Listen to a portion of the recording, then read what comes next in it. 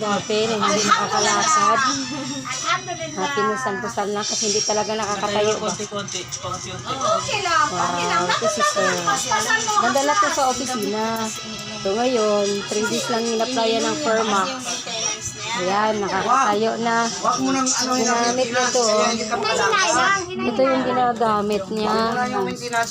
Ito yung Permax. Ito yung ginapahid. Straight yan. Galing, no? Basta i-maintenance mo pa. So, Kaya, nag-ano to siya. Ano ang tiwala mo dyan? Scientific kasi yung iniinom mo. Nag-ano siya na, anong tawag dyan? Nag-therapy. Yan totally na makagaling talaga sa katawan mo. Ayan. Bakit Wag ka na, wag mo na kuya. Yung, Mga ilang minuto ka makakatayo na, sir? Tagal na? Nagsama yan sa akin sa mabuhay.